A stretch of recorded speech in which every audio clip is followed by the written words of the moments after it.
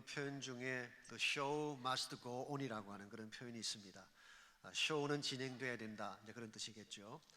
이것은 1990년대 영국의 대표적 락 그룹인 퀸즈가 불렀던 노래 제목이기도 하죠. 그러나 원래 이 말의 의뢰는 다음과 같다고 합니다. 옛날에 서커스단이 여러 지역을 돌며 공연을 하던 시기에, 물론 지금도 서커스단이 있지만 옛날에는 이게 굉장히 중요한 그런 모임이었죠. 그러면 수많은 사람들, 아이들이 서커스를 보기 위해서 모입니다. 근데 가끔 공연을 시작하기 직전에 동물들이 아프다든가 단원들에게 문제가 생겨서 공연을 시작하지 못할 때가 있습니다. 그러면 모처럼 기대를 갖고 나왔던 그 관객들이 얼마나 실망을 하겠어요. 그때 단장이 나와서 다음과 같은 말을 하는 것입니다. 무슨 일이 있더라도 쇼는 계속되어야 합니다. 여기서 나온 말이 The show must go on. 그러면 밴드가 나와서 요란하게 연주를 하고 관객들과 함께 즐거운 시간을 갖습니다. 그렇게 함께 즐기는 동안에 동물이 준비가 된다든가 단원이 준비가 되면 다시 쇼를 시작하는, 여기서 유래된 단어가 쇼는 계속돼야 된다, 그런 뜻입니다. 여러분, 우리 인생이라고 하는 것이 언제나 우리 계획대로 되는 것은 아니죠. 갑작스럽게 문제가 생기기도 하고 생각지 않던 변수가 찾아와서 위기에 처하기도 하는 것입니다. 그렇다고 해서 우리가 마땅히 해야 될 본분이 있는데 이 본분을 멈추게 된다면 우리는 패배자가 되는 것입니다. 그러나 위기가 왔지만, 어려운 문제가 생겼지만 위기에도 불구하고 마음을 모아서 다시 일어나게 되면 우리 자신도 복을 받지만 또 하나님이 우리에게 주시는 새로운 축복의 길도 경험하게 되는 것입니다. 실제로 1859년도에 이태리의 통일전쟁이 일어났을 때 그 전쟁의 위기 가운데서 만들어진 위대한 단체가 하나 있습니다. 전쟁이라고 하는 것은 사람을 죽이는 그런 모습 아닙니까? 많은 사람이 죽기도 하고 다치기도 하고 피투성이가 된 사람들이 부상 가운데 고통을 당하는 것이 전쟁입니다. 그런데 이 사실을 전해들은 스위스에 살고 있던 장 알리 뒤낭이라는 사람이 그 참혹한 전쟁터로 와서 그 부상당한 사람들을 돕는 일을 했습니다. 와보니까 두려움 가운데 우는 자들도 있고 피투성이가 돼서 쓰러져 간 사람들도 있는데 이 사람들을 도와주기 시작한 것입니다. 혼자 힘으로 안 되니까 주변 시민들의 도움을 요청했습니다. 그랬더니 농부도 오고 빵 굽다 온 사람도 있고 양복 재단사로 들어오고 각층의 평범한 사람들이 다 전쟁터로 나가서 부상당한 사람들을 실어 나르고 치료한 일을 도운 것입니다. 이 전쟁이 끝난 후에 뒤낭은 그 참혹했던 전쟁터의 모습을 잊을 수가 없었어요. 그래서 또다시 전쟁이 일어나더라도 이 부상당한 사람들을 도와줄 구조기관 하나를 만들어야 되겠다.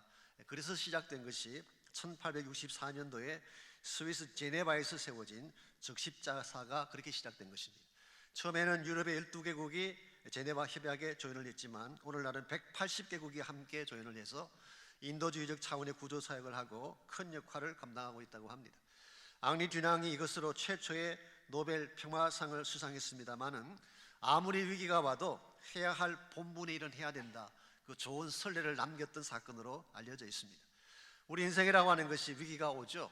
그러나 위기가 왔지만 우리가 해야 될 일은 감당해야 되는 것입니다. 그래야지 우리 크리스찬 삶도 바르게 될 수가 있고 하나님의 목적도 이루어지는 것입니다. 오늘 세상이 참으로 어수선하기도 하고 소용돌이치는 현실을 우리가 부인할 수가 없습니다. 갑자기 찾아온 질병 때문에 많은 사람들이 패닉 상태에 빠지기도 하고 어려움 가운데서 몸을 도살하기도 하는 것을 볼 수가 있습니다.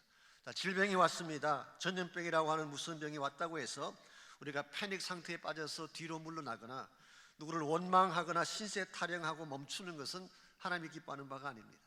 어려운 일은 찾아왔지만 오히려 영적 내면을 강하게 하고 이런 때일수록 이 모든 과정을 통해 하나님이 정말 하시려고자 하는 일이 무엇인가, 이걸 바로 목격하고 정말 우리가 크리스찬으로서 해야 될 바른 일을 감당을 해야지 우리의 삶도 아름답게 되고 세상에 미칠 영향도 귀하게 되는 것입니다. 요즘 가끔 신문이나 어떤 그 광고를 보게 되면 이 코로나 바이러스를 이기려면 면역이 높아져야 된다, 그래가지고 여러 가지 많은 광고들이 나옵니다. 이 약을 먹으면 면역이 높아진다, 이 음식을 먹으면 좋다, 그런 광고들이 나옵니다만은 진짜로 질병과 바이러스 면역을 가장 높이는 것이 뭔지 아십니까? 말씀과 성령으로 무장하고 찬양하는 거예요. 내 마음속에 하나님 말씀이 가득 차고 성령이 충만한 가운데 찬양하게 되면 내 몸 자체가 강해지는 것입니다. 내면이 수동하기 때문에 우리 육체까지도 강해져서 결국 면역을 가지고 승리할 수가 있는 것입니다. 지난번 중국에도 축제 때 잠깐 소개해드렸던 것처럼 김호신 박사가 그런 말씀했죠. 휴스턴 앤더슨 암센터에서 31년 동안 계셨던 그분이 그런 말씀을 하셨어요. 우리 면역세포 숫자가 가장 높은 사람들이 누군지 아느냐? 이 면역세포가 높다는 것은 그만큼 이뮨 시스템이 강해지기 때문에 병을 이길 수 있는 힘을 갖게 되는 것입니다. 가장 이 면역세포 셀이 높은 사람들, 그것이 바로 찬양하는 분들이에요. 성가지 앉아 계시는 분들. 보통 사람보다 한 200배 정도 더 높대요. 그리고 찬양을 막 심하게 할 경우에는 1000배까지 올라간다고 합니다. 이 정도가 되면 웬만한 질병은 다 떠나가는 것입니다. 오늘 여러분과 제가 질병이 왔고 전염병이 우리를 공격하지만 뒤로 물러서서 수동적으로 도망만 칠 것이 아니라 오히려 담대한 믿음을 갖고 하나님께로 나가게 되면 하나님이 언젠가는 이 질병을 다스려 주세요. 아무리 강한 것처럼 보이지만 영원한 질병은 없습니다. 어떤 불행도 영원히 지속되지는 않는 것입니다. 아브라함 링컨이한테 말했던 것처럼 이 또한 지나가리라. This too shall pass away. 우리가 지금 볼 때는 불가능한 것처럼 보이고 영원히 지속될 것처럼 보이지만 때가 되면 바이러스는 떠나가는 것입니다. 그러므로 더 중요한 것은 이와 같은 소유의 한가운데서 우리가 우왕좌왕하고 패닉 가운데서 주저할 것이 아니라 진짜 해야 될 바른 일을 해야 되는 것입니다. 하나님께서 원하시는 바른 사역, 바른 비전에 우리 삶을 걸고 위기에도 불구하고 하나님 향해 나가게 될 때에 하나님 여러분과 저를 통해서 새해를 시작하실 수가 있고 이 험악한 이 세상 가운데 새로운 소망과 희망을 선포할 수 있게 하는 것입니다. 소요와 위기에도 불구하고 우리가 중단하지 않고 계속해야 될 가장 중요한 과제가 뭘까요? 그것은 바로 하나님 나라 비전을 이루어가는 것입니다. 복음을 통하여 하나님의 나라가 만들어지게 하는 것, 이것이 무슨 일이 생기더라도 우리가 반드시 감당해야 될 본분적 사명이라고 할 수가 있습니다. 어떻게 하면 어려움 가운데도 불구하고 위기에도 불구하고 하나님 나라 비전을 계속적으로 펼쳐 나아갈 수가 있을까요? 오늘 같이 읽은 본문에 보시게 되면 정말 어려운 교회 상황에도 불구하고 교회가 해야 될 마땅한 본분이 무엇인가를 사도 바울이 우리에게 잘 소개해 주고 있습니다. 제가 고린도전서를 시작할 때 말씀을 드렸습니다마는 고린도서시는 가장 문제가 많은 교회에 보낸 편지다, 그런 말씀드렸죠. 온갖 각양각색의 문제를 다 가진 교회가 고린도 교회였어요. 오늘 현대 교회가 문제가 많다고 하지만 고린도 교회에 비교하면 별것 아니에요. 그들 가운데 분열이 일어났습니다. 음행이 있었습니다. 법정 고소하는 사건이 있었어요. 도덕적인 타락이 있었습니다. 은사를 오용하고 예배를 문란하게 만들고 심지어는 기독교의 핵심 진리인 부활을 부인하는 사람들까지 교회 안에 등장했습니다. 그야말로 각양각색의 문제들, 각양각색의 위기도 가득 찼던 그런 교회인데 사도 바울은 이와 같은 교회를 향해서 1장부터 15장까지 이 모든 이슈들을 다 다룬 후에 마지막 결론 부분에 와서 이 교회가 그럼에도 불구하고 마땅해야 될 본래적 사명이 있다, 이 사실을 리마인드 시켜주고 계십니다. 다른 말로 표현하면은 문제가 있지만 문제 가운데 머물지 말고 그것을 넘어서 너희들이 해야 될 바른 사명을 하라, 그런 뜻이에요. 자, 그렇다면 하나님이 고린도 교회를 통해서 계속적으로 하기를 원하는 본질적 사명이 무엇일까요? 결론부터 말씀드리면 복음의 진행을 멈추지 말고 계속 하라는 것입니다. 이것을 위해서 하나님은 몇 가지 분부를 하셨어요. 1절 말씀 먼저 봅니다. 성도를 위하는 연보에 관하여는 내가 갈라디아 교회들에게 명한 것 같이 너희도 그렇게 하라. 여기 연보라고 하는 단어가 나오죠. 연보가 무슨 뜻인가요? 연보라고 하는 것은 헌금이라는 말과 비슷한 말입니다. 사실은 같은 말일 수도 있고 비슷한 말일 수도 있는데요, 굳이 구별을 하자면 이렇게 구별할 수가 있습니다. 헌금이라고 하는 것은 하나님께 드리는 offering이죠. 하나님께 올려드리는 물질이나 헌물을 헌금이라고 하는 것입니다. 그런데 연보라고 하는 것은 이 헌금을 모아둔 것, collection. 그래서 영어 성경을 보게 되면 collection이라고 그렇게 번역을 했어요. 헬라말 원어를 보게 되면 로게아스 혹은 로기아라는 단어인데 이 단어의 원래 의미는 extra collection이에요. 그냥 모은 것이 아니라 원래보다 조금 더 엑스트라로 모은 것, 이것이 바로 오늘 본문이 말하는 연보의 의미입니다. 윌리엄 바클리는 이것을 텍스의 반대의 개념이라고 설명을 했어요. 텍스도 사실은 컬렉션하는 것이죠. 모아서 내는 것입니다. 그래서 세리를 영어로 뭐라고 부르나요? 텍스 컬렉터라고 부르죠. 세금을 모으는 사람이기 때문에. 근데 세금이라고 하는 것은 강제성을 띠고 있는 것입니다. 의무적으로 억지로라도 내야 되는 것이 텍스예요. 미국에 살고 있는 사람 중에 텍스 안 낼 사람이 있나요? 누구나 다 내야 됩니다. 미국에 사는 한 피할 수 없는 두 가지가 텍스하고 죽음이라 그러잖아요. 텍스는 누구나 다 내야 되는 것입니다. 그런데 연보는 달라요. 연보는 본인이 자발적으로 내는 것입니다. 누가 강요해서가 아니라 본인이 하나님 앞에 감사하든지 하나님 앞에 어떤 의미가 있어서 자발적으로 내는 것이 연보인 것입니다. 근데 그것도 그냥 내는 것이 아니라 엑스트라 컬렉션, 엑스트라도 더 내는 것, 요구되어지는 것보다 더 하는 것을 오늘 본문은 연보라고 번역을 했습니다. 마태복음 5장 40절부터 41절에 보게 되면 사실 예수님께서 가르쳐 주신 크리스찬 삶의 정신 중에 하나가 요구되어지는 것보다 더 하라는 거예요. 누가 속옷을 달라고 하면 그도까지 내어주어라. 누가 오리를 가자고 말하면은 십리까지 동행해 주어라. 이게 엑스트라 마일, 세컨 마일 프린시플이죠.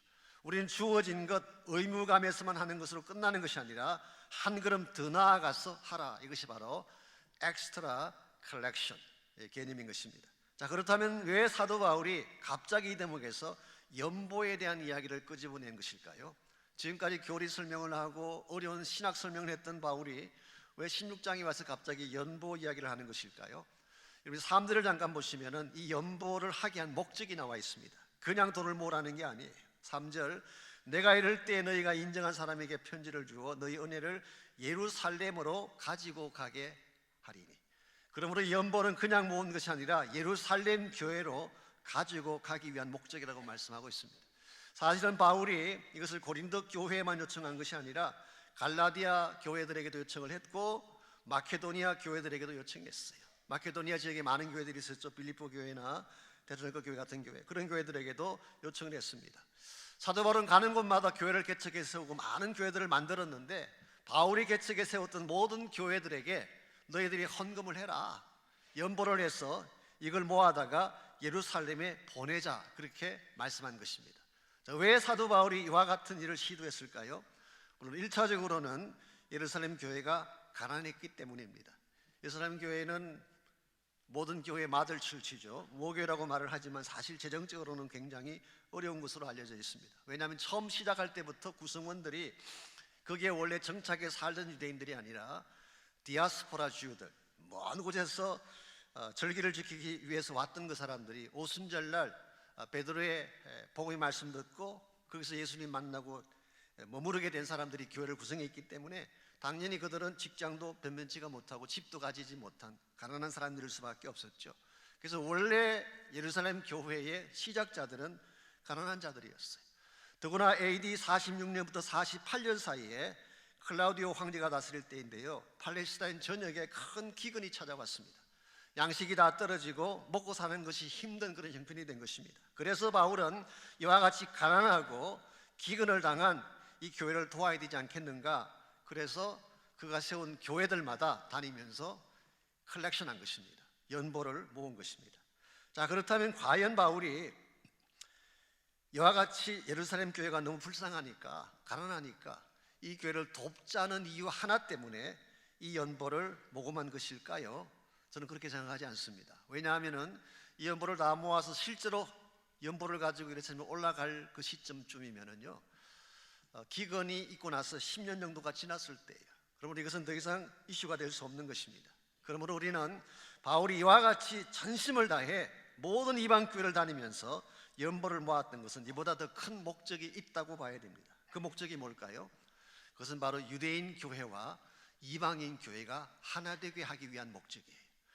예루살렘 교회는 아시는 대로 유대인 교회입니다. 예루살렘 교회는 전형적인 유대인 교회입니다. 그 반면에 바울이 개척해 세웠던 대다수의 교회들은 이방인 중심의 교회였어요. 사실은 바울이 지금까지 사역하는 가운데 가장 큰 걸림돌 중에 하나가 유대인과 이방인의 관계예요. 예루살렘을 중심으로 만들어진 주다이저들, 유대 중심적인 사람들이 항상 바울의 사역을 방해하고 그때 문제들이 많이 일어났던 것입니다.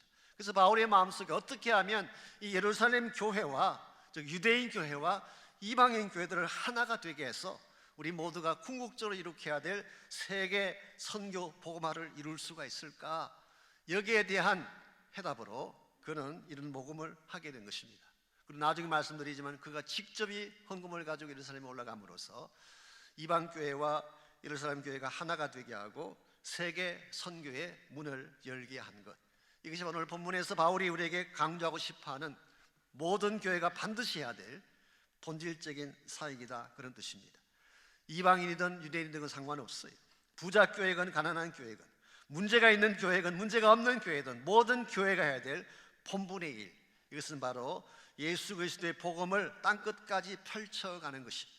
그러므로 우리가 무슨 일이 벌어지더라도, 어떠한 문제가 생기더라도 The show must go on. 우리의 본질적 일은 반드시 진행이 되어져야 되는 것입니다.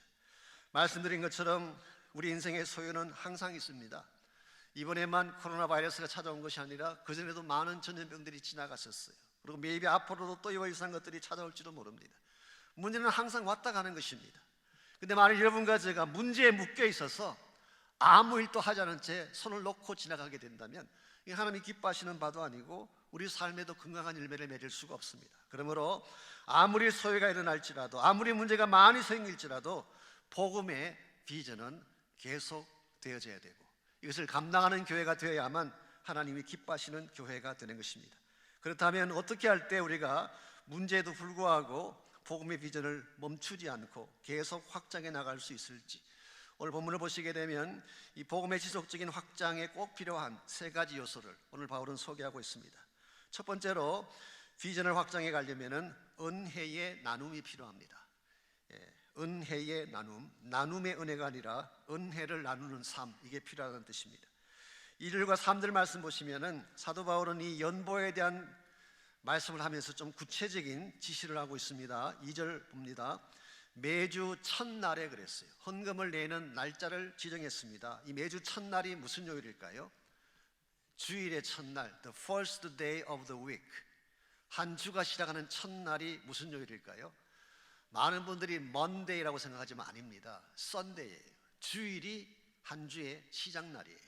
그래서 오늘 서머타임이 시작됐는데 월요일부터 시작되는 것이 아니라 오늘부터 시작돼요. 그래서 이 첫날이라고 하는 것은, 매주 첫날은 바로 안식 후 첫날을 말하는 것이고 주일을 말하는 것이고, 이걸 보면 초대교회 성도들은 안식 후 첫날인 주일을 예배일로 정하고 매주 모였던 것 같습니다. 그래서 너희들이 모일 때마다 주의 첫날에 헌금을 해라. 두 번째로 각 사람의 수입을 따라, 모든 사람이 다 동일하게 할 수 없죠. 더 많이 하는 사람도 있고 적은 사람도 있는데 기준이 각 사람의 수입을 따라. 세 번째로 모아두라고 했어요. 미리 준비하라, 그 뜻이에요. 바울이 왔을 때 즉흥적으로 내는 것이 아니라 모아두었다가. 그러면서 3절 말씀, 내가 너희들에게 도착하게 되면, 이제 바울이 고린도 교회를 방문합니다. 도착하게 되면 그때 너희가 인정한 사람에게 편지를 주어 너희의 은혜를 예루살렘으로 가지고 갈 것이다. 여기 은혜를 가지고 간다는 표현이 나옵니다. 이 은혜가 뭘 받는 말일까요? 바로 앞에서 말한 연보를 받는 말인 것입니다. 앞에서 연보라고 이야기를 했는데 3절에서는 그 연보를 은혜라고 표현을 했어요. 우리가 통상 생각했던 연보에 대한 개념과 좀 다르지 않습니까? 보편적으로 헌금, 연보로 가면 떠오르는 이미지가 뭔가요? 부담감 아닌가요? 돈을 내는 것으로 생각할 때가 많지 않습니까? 그래서 헌금 시간에 가끔 보면은 급하게 주머니에서 끄집어내느라고 20불짜리 끄집어냈다가 아차고 집어넣고 1불짜리를 찾는 그런 경험들. 왜 그런 일들이 벌어질까요? 이 하나님께 돈을 내는 시간, 부담스럽게 내는 시간을 생각하기 때문에 헌금 시간은 항상 우리에게 짐이 되는 것입니다. 그런데 오늘 본문에서 바울은 이 헌금을 은혜라고 불렀어요. 이 은혜라는 말은 카리스, 우리가 다른 부분에서도 그레이스라고 번역가 똑같은 단어예요. 물론 기프트라고 번역할 수도 있지만 바울은 이것을 은혜라고 표현했어요. 어떤 면에서 우리가 내는 헌금이 은혜일까요? 여러 가지 많은 이유가 있겠지만 제가 몇 가지만 좀 정리해 드리려고 합니다. 첫 번째 이유는요, 이것이 주님의 일에 참여하는 것이기 때문에 은혜인 것입니다. 이런 헌금이라고 하는 것은 아무나 하는 것이 아닙니다. 하나님의 자녀들만 하는 특권이에요. 아무리 돈 많은 부자라도 본인이 하나님 자녀가 아닌데 돈을 내는 것은 헌금이 아니에요. It's donation. 기부금일 수는 있지만 헌금은 아니에요. 그러므로 헌금이라고 하는 것 자체가 우리가 하나님의 자녀 되었다고 하는 증거이고, 헌금을 통해서 하나님의 일에 참여하는 것이니까 은혜예요. 두 번째로 드릴 것이 있다는 것 자체가 은혜인 것입니다. 우리가 아무것도 가지지 못해서 뭘 드리겠어? 그래서 내가 드릴 것이 있다는 건 참 감사할 일 아니겠습니까? 역대상 29장 14절에 보게 되면 다윗이 성전 건축 헌금을 드리면서 했던 위대한 고백이 있습니다. 나와 내 백성이 무엇이기에 이처럼 즐거운 마음으로 드릴 힘이 있었나이까. 다윗은 하나님께 헌금하는 것을 하나님이 우리에게 주신 축복이라고 간주하고 어떻게 해서 우리 백성과 제가 이렇게 헌금할 수 있는 힘을 갖게 됐나요? 그는 그렇게 고백하고 있어요. 우리에게 드릴 것이 있다는 것 자체가 은혜예요. 세 번째로 주님의 은혜에 대한 보답이기 때문에 헌금은 축복인 것입니다. 우리는 그동안 받기만 했는데 나도 그 은혜를 보답할 수 있게 되었다는 것이 얼마나 감사할 일이에요. 마지막 네 번째로 드릴 자에게 주어질 축복이 크기 때문에, 물론 여러분과 제가 이것을 바라고 헌금해서는 안 됩니다. 내가 받을 축복을 먼저 계산한 후에 헌금한다면 그것은 헌금이 아니라 투기가 되겠죠. 그것은 잘못된 것입니다. 그러나 나는 아무 계산 없이 하나님의 은혜에 대한 감격으로 헌물을 하나님께 드리게 되면 하나님 반드시 갚아주시고 더 큰 것으로 채워주시는 것입니다. 이런 면에서 헌금은 부담이 아니라 은혜예요. 여러분 이 사실 하나만 깨달아도 여러분 삶 가운데 굉장한 변화가 일어날 수 있습니다. 그런데 헌금이 은혜라고 하는 이 사실보다 더 중요한 것이 있습니다. 그게 뭐냐고 하면 이 은혜를 우리가 갖고 있는 것이 아니라 나누어야 된다는 사실이에요. 아무리 많은 양의 모금을 컬렉트했더라도, 아무리 많은 헌금을 모았다고 할지라도 만일 하나님의 교회나 우리가 이것을 붙잡고 가만히 있다면 이건 의미가 없어요. 반드시 이 은혜의 헌물은 나누어야 되는 것입니다. 나누어야지 하나님의 사랑과 복음이 세상 속으로 흘러가게 되는 것입니다. 제가 이 물질을 중심으로 헌금을 이야기했지만 사실 오늘 본문이 말하는 은혜는 좀 더 포괄적으로 봐야 돼요. 하나님 우리에게 주신 모든 것을 통칭한다고 봐야 됩니다. 당연히 물질도 그 중에 하나이겠지만 시간도 해당될 수가 있고 재능도 해당될 수가 있어요. 우리가 받은 것 가운데, 하나님부터 받은 것 가운데에 하나님이 주시지 않는 게 뭐가 있어요? 다 하나님이 주신 것입니다. 우리가 소유한 것 가운데에 모든 것은 하나님이 주셨기 때문에 가능한 것입니다. 그러므로 나에게 주어진 은혜를 나눌 때에 낙심한 자들을 위해서 나누고, 질병과 고통 가운데 있는 자들을 위해 나누고, 그들을 위해서 나의 것을 베풀고 나누기 시작할 때 이것이 복음의 통로가 되고 많은 생명의 역사를 일으키는 축복의 통로가 되는 것입니다. 이런 의미에서 지금 한국 땅에 엄청난 어려움이 벌어지고 있지 않습니까? 경제가 거의 마비되다시피 하고, 장사하던 분들이 비즈니스를 다 닫아야 되고, 시장에 나가도 사람이 하나 없는, 그리고 병은 점점 더 창궐되는 것처럼 느껴지는 어려움 가운데 처해 있습니다. 여러분과 제가 비록 떨어져 있지만 이 한국 땅의 어려움을 인식하고 그들을 위해 돕는 나눔의 일을 하지 않는다면 하나님이 기뻐하지 않을지 모르겠어요. 전 저희 교회도 마찬가지입니다. 정말 그 사람들을 위해 나눌 것이 있는 교회가 되어야 돼요. 그리고 실제로 나눔의 역사를 해야 됩니다. 제가 아침에 통계를 봤더니 벌써 한국에 7천 명이 넘어서 확진자가, 50명이 사망한 것으로 그렇게 통계가 나와 있었습니다. 이란 같은 경우는 5,823명이 확진자로 나왔고 145명이 사망했어요. 이태리는 5,883명이 확진자이고 233명이 사망한 것으로 나와 있어요. 97개 국가에 10만 명이 넘는 사람들, 3천 명 이상의 수많은 자들이 지금 목숨을 잃어가고 있어요. 그런데 만일 우리가 이 사실을 묵과한 채 나의 문제가 아니니까 나와 상관이 없다고 생각한 채 그냥 지나간다면 이건 하나님의 비전을 나누는 자세는 아니에요. 그러므로 교회이든 개인이든 이와 같이 어려울 때에 내 손에 덜려진 하나님의 은혜를 나누어야 돼요. 여러분 개인도 마찬가지, 교회도 마찬가지. 그렇게 할 때에 복음이 흘러가게 되고 하나님의 나라가 이루어지게 되는 것입니다. 두 번째로 우리가 하나님 비전을 확장해 가려면 헌신된 여정이 필요합니다. 즉 가만히 있어서는 안 된다 그 말이에요. 무엇인가를 결단하고 헌신하고 선택을 해야지, 그래야 하나님의 복음이 진행되어져 가는 것입니다. 4절 말씀 보십시오. 사도 바울은 예루살렘 교회를 위한 복음을 말씀한 후에 헌금만 보내겠다고 말하고 있지 않습니다. 4절, 만일 나도 가는 것이 합당하면 그들이 나와 함께 가리라. 여기 굉장히 저는 중요한 자세겠다고 생각합니다. 보통 우리가 어떤 사람을 도울 때 말이죠, 돈만 보내면 되는 줄 알아요. 물질만 보내면 되는 줄 알았는데 바울은 그렇게 말하고 있지 않습니다. 물질을 보내지만 나도 함께 가리라. 그래서 바울은 예루살렘을 향한 여정이 굉장히 위험한 여정입니다. 그래도 불구하고 물질만 단간하니 보내는 것이 아니라 사도 바울이 그 물질과 함께 직접 예루살렘에 올라갔어요. 그래서 4절부터 7절까지를 보시면 그가 향후 행할 그의 여정을 자세하게 소개하고 있습니다. 내가 마케도냐를 지날 터이니 마케도냐를 지난 후에 너에게 가서 너희와 함께 머물며 겨울을 지낼 뜻도 아니 이는 너희가 나를 내가 갈 곳으로 보내어 주게 하려 함이라. 제가 좀 이걸 정리해 드리자면요, 지금 이 바울이 고린도전서를 기록하고 있는 장소가 어디일까요? 에베소입니다. 에베소. 처음 말씀 다 드렸는데 잊어버리셨겠지만 에베소에서 기록하고 있습니다. 자, 에베소에서 이 말씀을 기록하면서 내가 이제 어느 정도 때가 되면 너희들에게 간다 이야기하셨어요. 그리고 마케도냐를 지나서 마케도냐를 다녀온 후에 다시도 너희들에게 가서 그때는 너희들과 함께 머물면서 겨울을 보내겠다. 그리고 겨울이 지난 후에 너희들의 보내줌으로 예루살렘으로 올라가겠다. 그렇게 말씀하고 있습니다. 이걸 보게 되면 고린도에서 마케도니아로, 마케도니아에서 다시 고린도로, 그리고 그래서 한 3개월 정도 겨울을 지나게 됩니다. 오늘 본문에 나와 있지 않지만 사도행전 20장 3절을 보게 되면 바울이 마케도니아에서 헬라로 가서 석 달 동안 머물렀다는 기록이 나옵니다. 사도행전 20장 3절에서 말하는 헬라는 99% 대다수의 성경 해석가들이 다 동의하는 것이지만 고린도 지역이라고 말하고 있습니다. 그래서 바울은 고린도 지역에서 AD 57년부터 58년 겨울을 보내는 3개월 동안 그곳에 머물렀어요. 자, 바울이 그곳에 머물면서 썼던 유명한 책이 한 권 있죠. 그 책이 무슨 책일까요? 로마서라고 하는 위대한 작품을 남겼어요.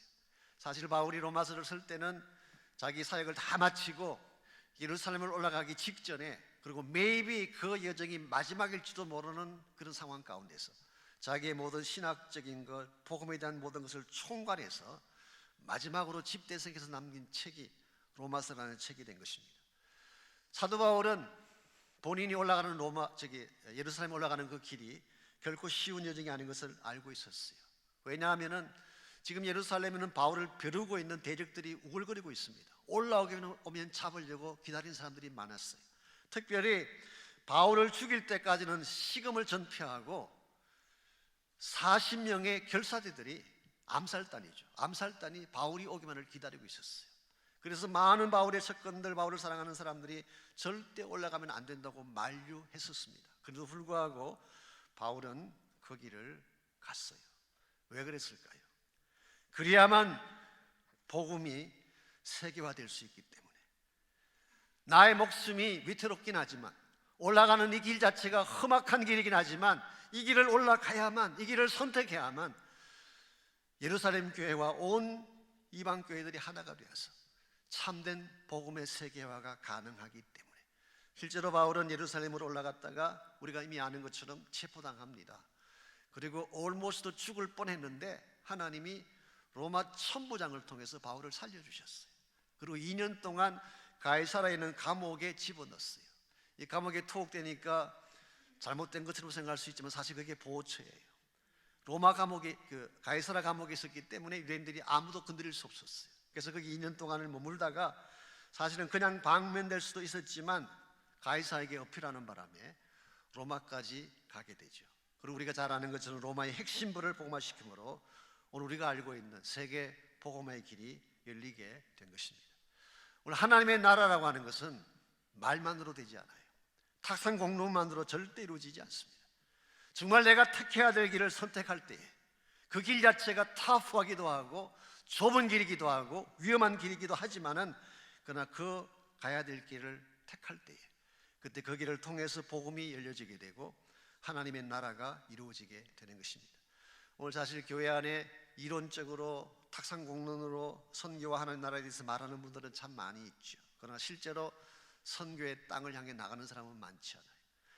제가 우리 주부에도 썼습니다마는 미국의 갑부 중에 하나인 워런 버핏이 했던 유명한 말이 있습니다. 워런 버핏은 아시죠? 우리 부동산의 갑부이고 전 세계 4번째 부자라고 말하지 않습니까? 수백억을 가지고 있는 엄청난 부자입니다. 그분하고 한번 점심 식사하는데 몇십억을 내야 될 정도로 아주 유명한 분이시죠. 그런데 그분이 그런 말을 했어요. 지금 잠을 자면 꿈을 꾸지만 If you sleep now, you just dream a dream. 지금 우리가 잠을 자게 되면 꿈을 꾸게 되죠. 근데 만일 지금 노력하게 되면 그 꿈을 이룰 수 있다. But if you work on it, you can accomplish that dream. 꿈을 꾼다고 되는 거 아니에요. 다 되는 거 아니에요. 우리가 잠을 자고 꿈을 아무리 많이 꾸어도 그것만으로 충분하지 않아요. 내가 꾸었던 꿈을 성취하려면은 그게 합당한 헌신을 해야 되는 것입니다. 하나님 나라도 마찬가지예요. 우리가 안전지대에 앉아서 말만 하는 것으로 충분하지가 않다는 것입니다. 하나님 우리를 부르실 때에 그 길을 택할 수 있어야지. 험악한 길이고 어려운 길이긴 하지만 그 여정을 선택할 때에 우리를 통해 복음의 길이 열려지게 되고 복음의 확장이 이루어지는 것입니다. 이런 면에서 이 복음의 비전을 계속적으로 펼쳐가려면 1차적으로는 우리가 받은 은혜를 나누어야 돼요. 그것이 물질이든 시간이든 뭐든 간에 내가 받은 것을 움켜잡지 말고 나누는 삶이 필요합니다. 두 번째는 쉬운 길은 아니지만 어려운 길이긴 하지만 하나님이 부르시는 바른 길을 선택해서 우리 삶을 드릴 때에 복음의 통로가 열리는 것입니다. 마지막 세 번째로 필요한 것이 있습니다. 성숙한 동력자가 필요합니다. 하나님 나라 사역이라고 하는 것은 혼자 힘으로 할 수 없기 때문에 반드시 함께 갈 동력자가 있어야 되는 것입니다. 10절에서 12절까지를 보시면은 사도 바울은 두 명의 형제를 소개하고 있죠. 첫 번째가 디모데입니다. 디모데는 우리가 잘 아는 것처럼 사도 바울의 최측근이고 영적인 아들이라고 말할 수 있는 가장 믿는 동력자가 디모데였습니다. 사실은 바울이 에베소에 있을 때 디모데를 먼저 고린도로 보냈어요. 그런데 디모데는 고린도 교회만 가는 것이 아니라 여러 교회를 거쳐가다 보니까 바울이 이 편지를 보낼 때까지 아직 고린도 도착을 못했습니다. 그래서 바울은 이 편지를 통해서 이제 곧 도착하게 될 디모데를 소개하며 10절 말씀에서 이렇게 기록합니다. 디모데가 이르거든 너희는 조심하여 그로 두려움 없이 너희 가운데 있게 하라. 이는 그도 나와 같이 주의 일을 힘쓰는 자임이라. 디모데가 오거든 너무 겁주지 말고 멸시하지 말고 케어풀이 잘 다루어 달라 그렇게 부탁한 것입니다. 디모데는 나이가 아직 어린 사람입니다. 영맨이죠. 바울에 비하면 아직 어린 경험이 부족한 사람입니다. 더구나 성경에 묘사된 디모데의 성격을 보게 되면 좀 얌전한 사람이에요. 착한 사람들이 상처를 많이 받아요. 본인의 성격이 과격한 사람들은 상처를 줄지언정 본인은 괜찮은데 이 착한 사람일수록 다른 사람에게 상처를 많이 받아요. 이 바울은 이 디모데를 너무 잘 아는 것입니다. 아직 어리고 경험도 많지 않고 상처받기 쉬운 이 아이. 그래서 특별하게 부탁한 것입니다. 제발 좀 carefully 잘 대해주세요. 그래서 편안하게 나에게 올 수 있도록 하십시오. 왜냐하면 그도 나와 같이 주의 일을 힘쓰는 자이기 때문에. 이 대목이 참 중요하다고 생각합니다. 지금 바울이 자기 아들 같은 디모데를 뭐라고 부르고 있나요? He is my co-worker. 나와 같이 동력하는 동력자다. He is my co-laborer. 나이로 따진다면 아들뻘밖에 안 되는 경험을 가지고 이야기한다면 한참 후배 중에 후배인데 He is my colleague. 굉장한 칭찬이면서 위로가 되는 말씀이에요. 그래서 바울은 디모데를 동력자라고 설명합니다. 두 번째 인물이 아볼로입니다. 12절 말씀 보시면은 이 아볼로는 사도 바울의 후임자였습니다. 고린도 교회 후임 담임 목사라고 할 수가 있습니다. 그리고 아볼로가 고린도에 사역하는 동안에 제법 영향을 끼쳤던 것 같습니다. 그래서 이 고린도 교회 안에 네 당파가 생겼을 때 그 중에 하나가 뭐였어요? 바울파가 있고 아볼로파가 있었어요. 게바파가 있고 그리스도파가 있었어요. 이걸 보게 되면 제법 영향을 끼치는 그런 사역자였던 것을 알 수가 있습니다. 그래서 많은 분들이 혹시 바울과 아볼로가 경쟁 관계가 아닌가 그렇게 생각하는 분들이 계세요.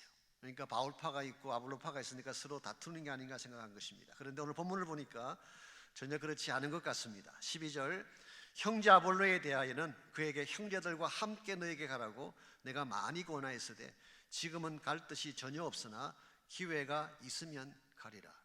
이걸 읽어보시면 짐작하시겠지만 아볼로가 바울의 후임으로 고린도 교회 사역을 하고 제법 많은 영향을 끼치긴 했지만 somehow 무슨 이유인지 모르겠어요.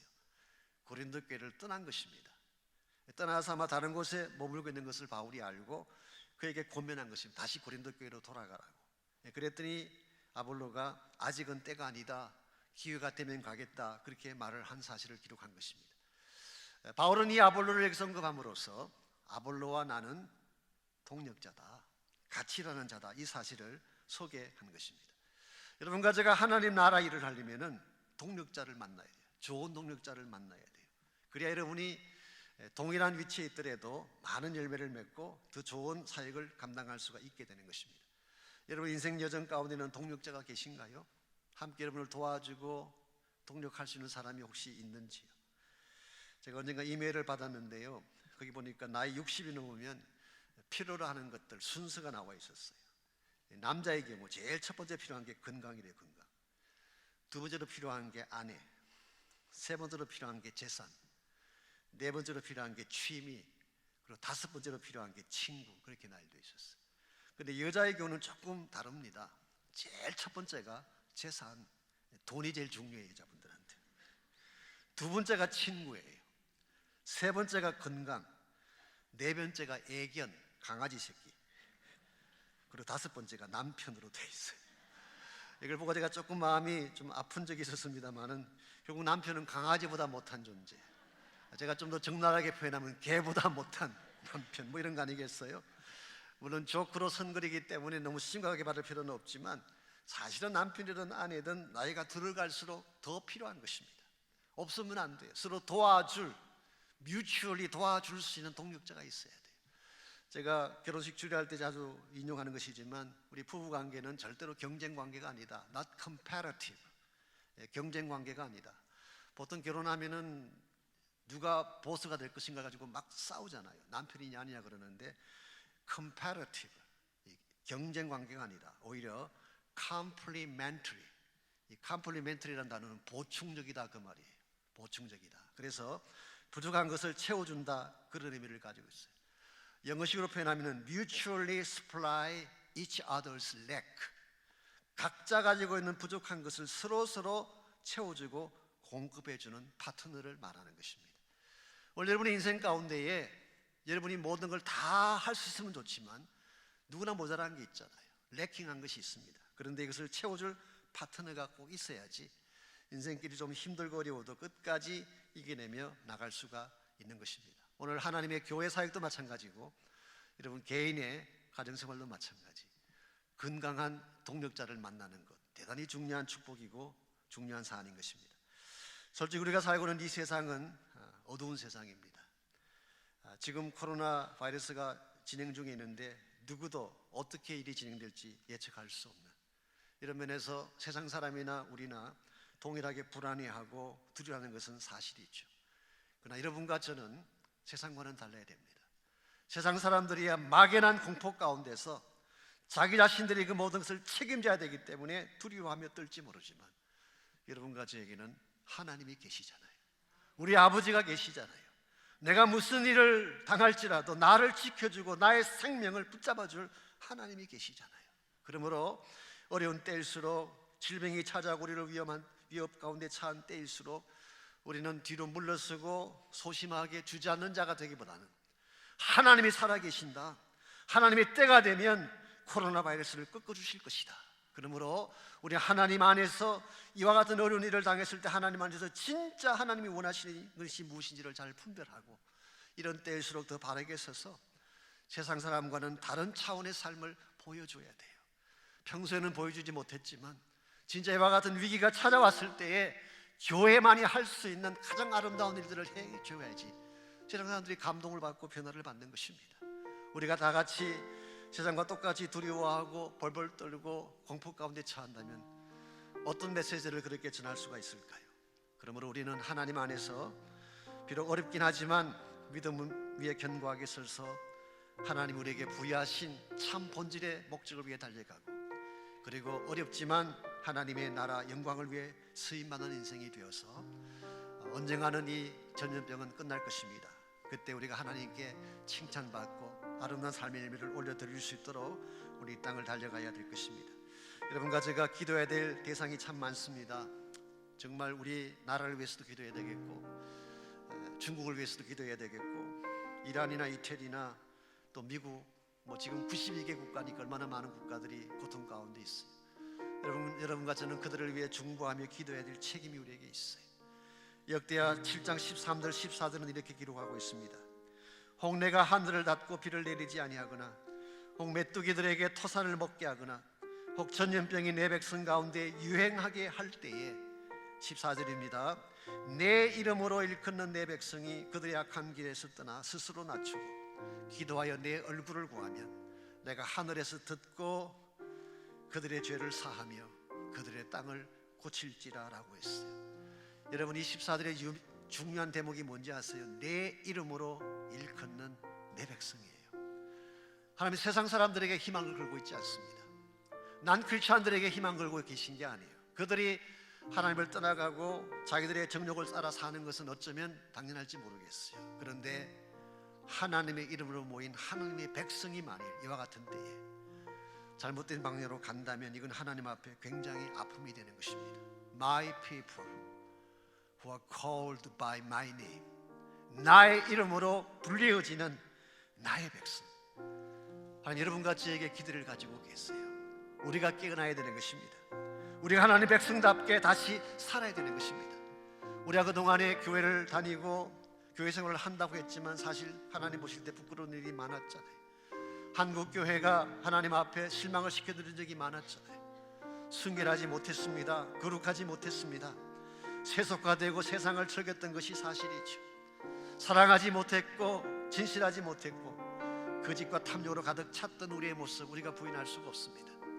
어쩌면 하나님 여러분과 저의 마음속에 있는 이 죄악들을 토해내고 다시 한번 하나님 백성이 백성답게 살 길을 기대하고 계신지 모르겠어요.